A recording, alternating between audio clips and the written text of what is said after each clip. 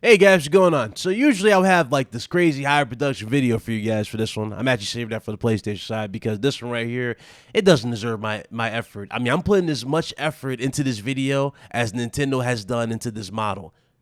Fair enough.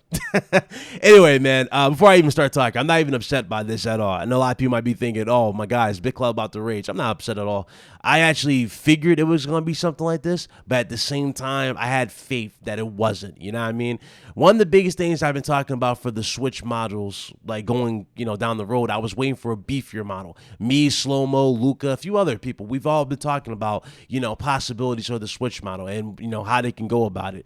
And of course, Nintendo announced the Switch model. Now, granted, this new model with the OLED screen has been up to a lot of speculation, courtesy of insiders. It was talked about having 4K/DLSS support. It was talked about having, of course, improved visuals, the whole 9 yards, improved performance, you name it. Nintendo announces this model, and the only thing that's different about this model is the following. And hopefully you hear. I want you to listen very carefully to this. The only thing you're getting different with this model compared to the one you currently have is a bigger screen, bigger speakers, a bigger stand on the actual model itself, and on the dock you're getting a new redesigned dock with just the back, being more flushed, I guess you can say, and you have access to a LAN port. That's about it. That's it. You're The biggest improvement to the dock, aside from aesthetics, is a LAN port in 2021. The biggest improvement to the Switch in terms of the hardware specifications is a bigger screen. Oh, Nintendo, man, Nintendo. It's crazy because you have legit Nintendo gamers asking for beefier hardware. They're willing to pay for it. They've been asking for better performance in games for a while now. 30 FPS is not it. We need all these games at 60. We need all these games to run at the most optimum performance. We need that. Again, it's really not about hitting 4K. Obviously, this is a handheld. We don't need 4K, right? I think we all can agree. We don't need 4K. If they had DLSS support, and let's say they push to 1440p, that would be ideal, actually. That's no problem because that would be on the screen, on the big TV, and you would have it at 1080p on display, like on the go. That's fine. That's fine for Nintendo. But 60 FPS should have been the big thing that they focused on for the longest time for all games for the Nintendo Switch. That should have been the biggest thing that should have been fixed here. Of course, for those of you hoping for Joy-Con fixes, there's no reports for Joy-Con fixes at all. So, in fact, this thing would just work with just the basic Joy-Cons you have around the house. So there's no update on the Joy-Cons and the drifting issues whatsoever. There's no upgrades to the internals in terms of RAM and, CPUs. There's nothing here. And they're asking for $350, and they have the nerve to focus in on a damn Ethernet port on a model like that's supposed to knock our socks off. It's like, listen, and I'm just being fair here. If this was Sony, if this was especially Microsoft, we'll be talking about this type of stuff for the next 60 years. The reason why Nintendo is getting away with stuff like this is because they have a fan base that is so willing to give passes to stuff that should not be given a pass for.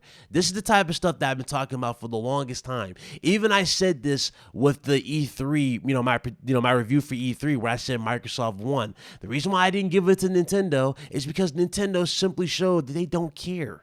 They don't. There's no updates on the stuff that we personally been asking and waiting for the longest time. Sure, you had some okay announcements here and there. Absolutely. I'm not taking that away from the show.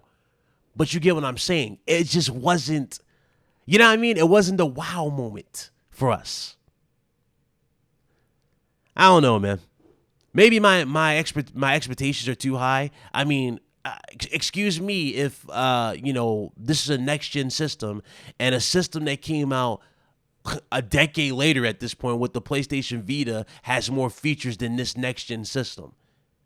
I find that very odd in my honest opinion.